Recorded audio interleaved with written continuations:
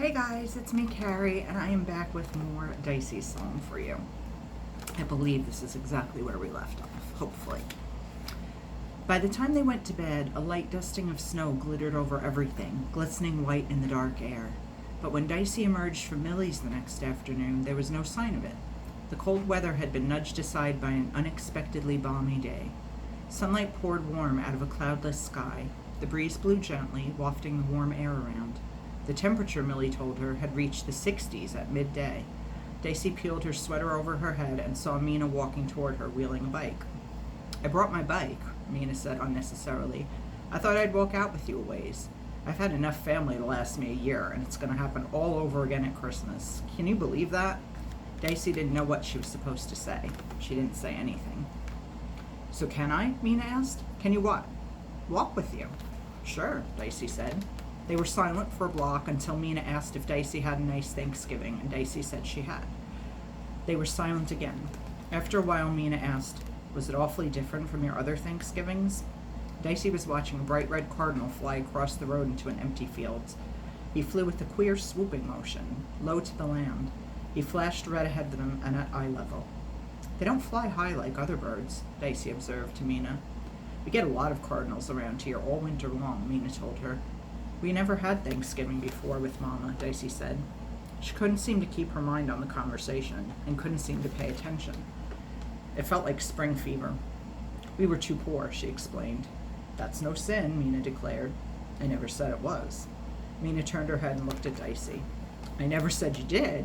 I was just trying to tell you where I stand. Your brother's a lot like you. Did you meet James? Sammy. Sammy isn't. He looks like Mama. That's not what I meant. Then what did you mean? And suddenly Dicey's mind was clear again, like a sudden cure from spring fever when an icy rain surprises you. What's got you jumping down my throat? Mina demanded. Dicey looked up at her, struck by a sudden thought. Or is this the way you talk about the other person?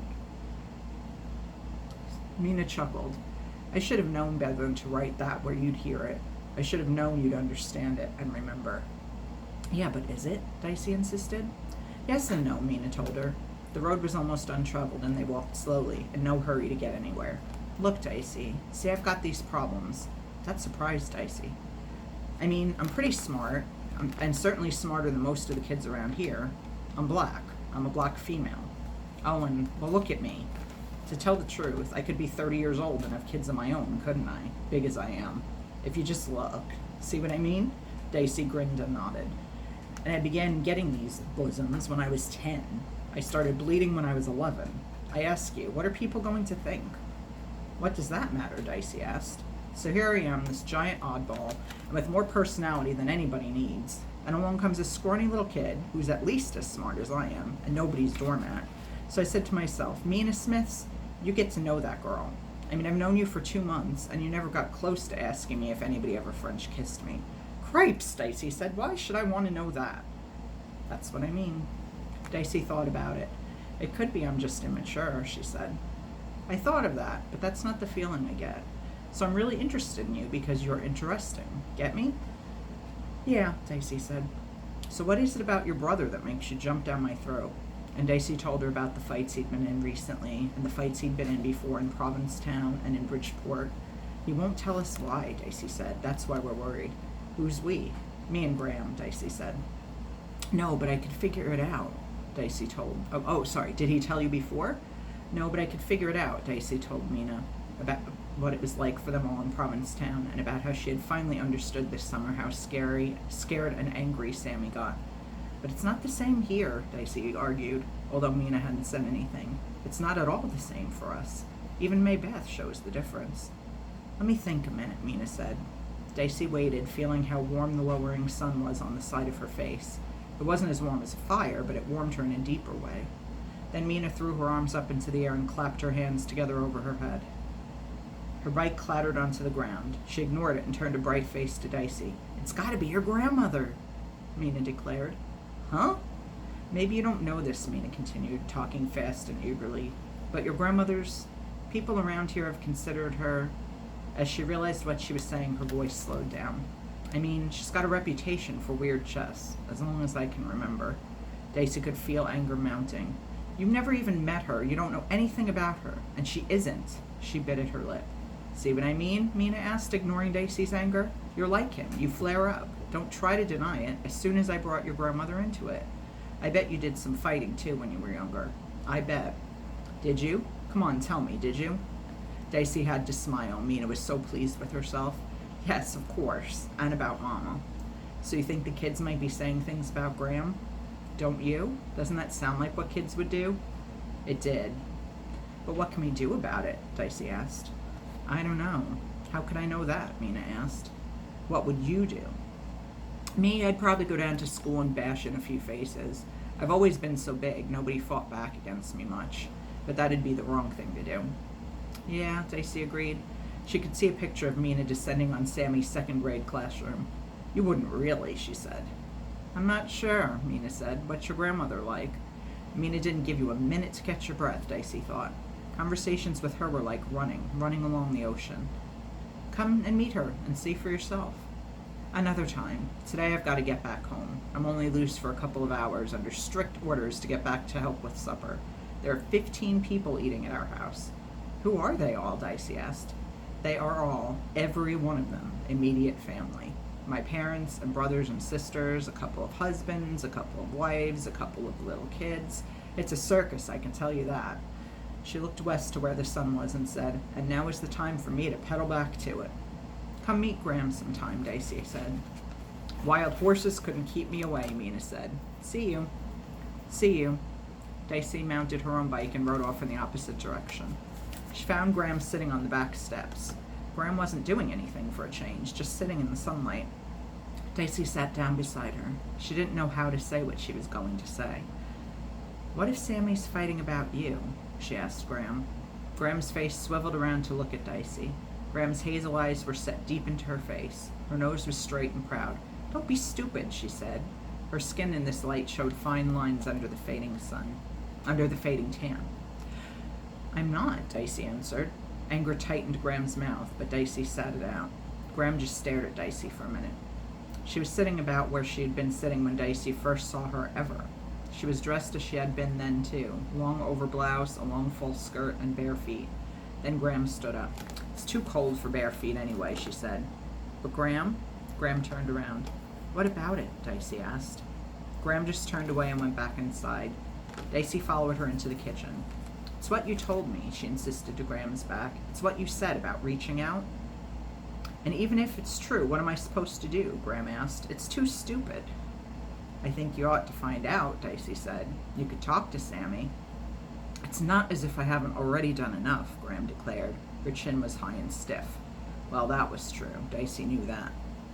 It's nobody's business how I live my life, Graham announced.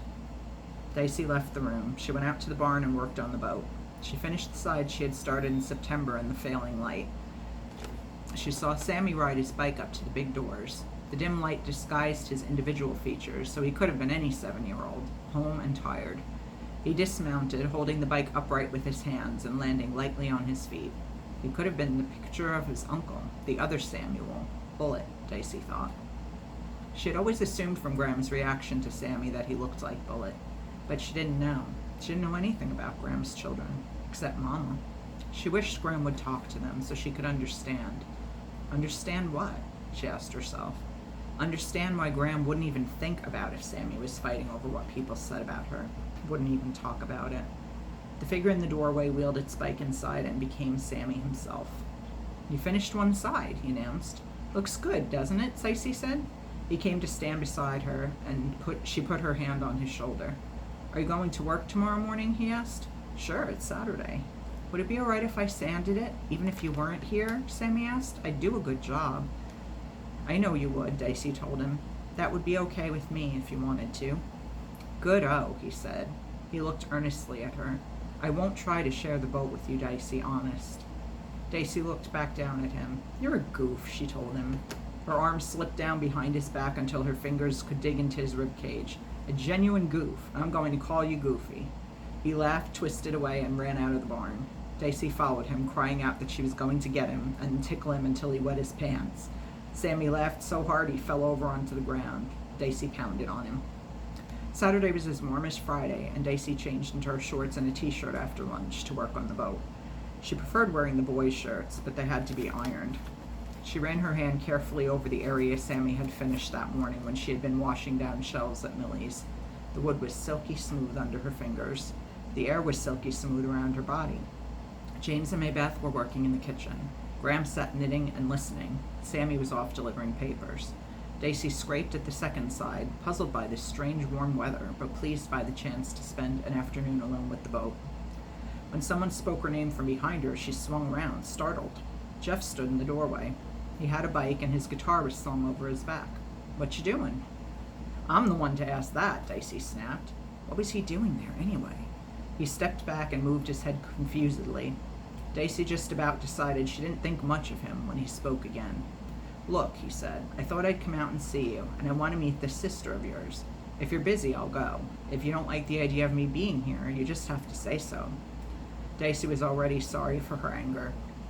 "No," she said quickly, "it's not that. Come on in. I've only got a little more to do here. I was just surprised to see someone. You surprised me." He leaned his bike against a post and came closer. She thought he might be laughing. "If that's the way you react to surprises, I'll be careful not to surprise you again. What are you doing?" "Scraping it down." "That looks handmade. Do you sail?" "I have, just once. My grandmother's going to teach me. I like it," she added. "Want to hear a song while you work?" "What about the one you played for Sammy? That way he'd know she was really trying to make peace." "Ah, my 20-minute number." He seemed to understand that Dicey didn't want to fight with him. He sat down on the ground and ran his fingers over the strings. He adjusted the tuning of two, then ran his fingers along the chord again. For a minute, Dicey watched him. Then she went back to work. The song was about a man and a lady, just like Sammy said. It told him about the wife of a rich man who fell in love with somebody else and took him home with her while her husband was away. The husband came back and caught them together. He challenged the other man to a fight and killed him. Then he made up to the lady, sitting her on his knee, asking her which man she preferred. But she told him she preferred the other man, even though he was dead. Preferred him, quote, "to you and all your kin." Dicey liked that. She liked the spirit of it. So the rich man took the lady where everybody could see, and he cut her throat. Dicey had finished what she planned to get done that day, but she worked until the song was done. "Why are they all like that?" she asked Jeff. "Why are they all unhappy endings?" He shrugged. Dicey cleaned off the scraper and put it away. "Do you know any happy songs?" "A couple, not many. Tolstoy says happy marriages are all the same, but unhappy ones are each different. Maybe that's why. Maybe being unhappy is more interesting." "Tolstoy? Who's that?" "A writer, a Russian. My father told me about it." "Why would he tell you a thing like that?" Jeff shrugged. He didn't want to talk about it. Dicey rubbed her hands clean on her shorts. "Well, come on in and meet people. James's friend Toby's coming over this afternoon, too, so there'll be lots of people around." "What's your sister's name?" "Maybeth. She's going to like hearing you play."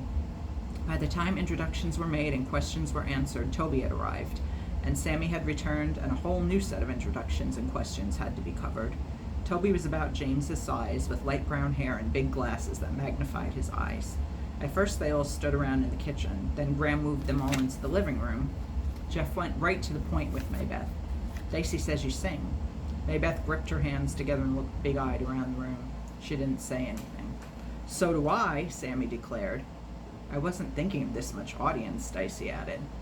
"As a fact," Graham announced from the doorway, "they all sing." "I don't," she added. "Not where anyone can hear me, that is. You wouldn't either." James and Toby were standing awkwardly in the middle of the room. Sammy stood with them, studying Toby. "You want to go down to the dock?" he offered. Toby looked at James. They didn't seem to know what they wanted to do. "We could ride bikes," Sammy suggested. Jeff sat down on the floor by the empty fireplace and spoke to Maybeth. "Dicey did tell me you could sing well," he repeated, looking across the room at the little girl. "Actually, what happened, I told Dicey I thought she had a pretty good voice, and she boasted about you." He played a couple of chords. James and Toby went over to look at the bookcases. "Graham, could you make cookies?" Sammy asked. "I think I know how," Graham said. "Chocolate chip?" he insisted. "Maybe," she agreed. "Now," he said, "please." "In a minute," she said, looking at him sternly. Jeff began to sing, accompanying himself. "When first unto this country a stranger I came." He stopped. "Dicey?" "Okay," she agreed. Dicey sang with him, and after a couple of verses, Maybeth joined in. Her voice was stronger than either Dicey's or Jeff's, and after a bit they tapered off singing and just listened. Once she was singing, watching Jeff play the guitar, Maybeth forgot to be shy. At the end, he said, Dicey was right. At the same time, Maybeth moved to sit in front of him and say, I like that song. But it's wrong, James said. Jacob doesn't have the coat of many colors, it's Joseph. Because that's the one his brother put blood on, Toby added, standing beside James. The two earnest, intelligent faces looked at Jeff. Jacob's the one with Esau, remember? Toby asked. And the birthright and the blessing, James said. Dicey thought there was no need for him to show off that way. And Joseph goes into Egypt, Toby said, matching James, and his brothers do all bow down to him, just like in his dream. Jeff's gray eyes were dancing, Dicey saw, and he was having a hard time not smiling. I know, he quickly told the two boys. James's eyes lit up and he glanced quickly at Dicey and nodded at her. The two boys sat down on the floor. I wondered about that, Jeff went on, talking seriously to them. If it's Jacob, because he's a thief, the man in the song, and it can't be Joseph, only the man in the song is part Joseph, part Jacob, isn't he? I mean, Joseph was a stranger in Egypt, and Jacob stole. James looked impressed, and if anyone had asked Dicey, she would have admitted that she was too. She didn't know what they were talking about, except it was probably from the Bible. But everybody had relaxed, and she knew that when she suggested another song. Maybeth would join in eagerly. She tried to think of all the songs she wanted to sing. They had the whole warm afternoon before them. You said you'd make cookies, Sammy repeated to Graham. I could help you, he added, going to stand beside her. All right, Graham said. They left the room. James and Toby took out the checkers set.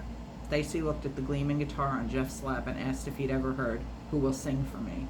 He hadn't, so Dicey and Maybeth sang it. He asked them to teach it to him. He had a light, rhythmical way of playing his guitar, picking at it with his finger, not strumming it. They were perfecting their version of Amazing Grace in three-part harmony when Graham came back into the room. Mina entered behind her, smiling broadly. Brought you an alto, Graham announced. Jeff flashed up a smile up at Graham. Dicey got up to say hello. I didn't hear you knock, she said. She didn't. Came right in the back door, like certain other people, Graham said, looking at Dicey, who had done just that the first day they came. Not what you're thinking, Graham said quickly to Mina. I didn't think it was, Mina answered just as quickly. It looked like I thought Dicey's family weren't the kind to use the front door and scrape shoes, so I thought I'd just be one of the gang. It is a gang here, isn't it? Graham surveyed the room. She didn't say a word, and they waited for her to say something. Sammy ran in to fetch her, because the cookies were ready to come out of the oven. They went through Amazing Grace again, and Mina's voice was a full alto. Dicey wondered how Graham knew that.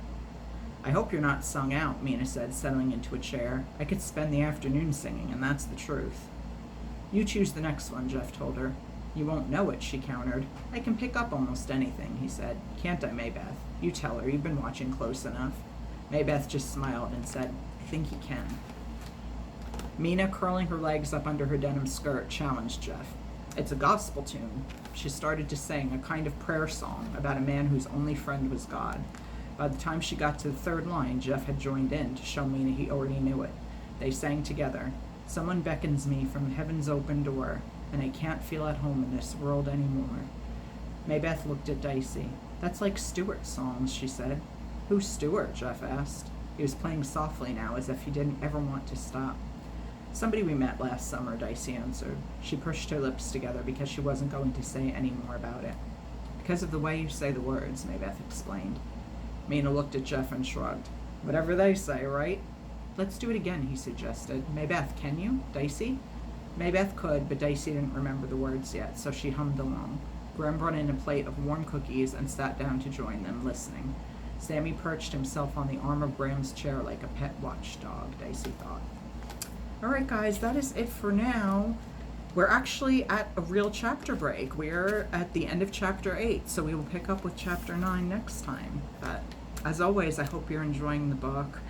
There's some really good stuff, deep stuff still to come, and I hope that that will be, something you guys can look forward to, because it's definitely one of my favorite sections of the book.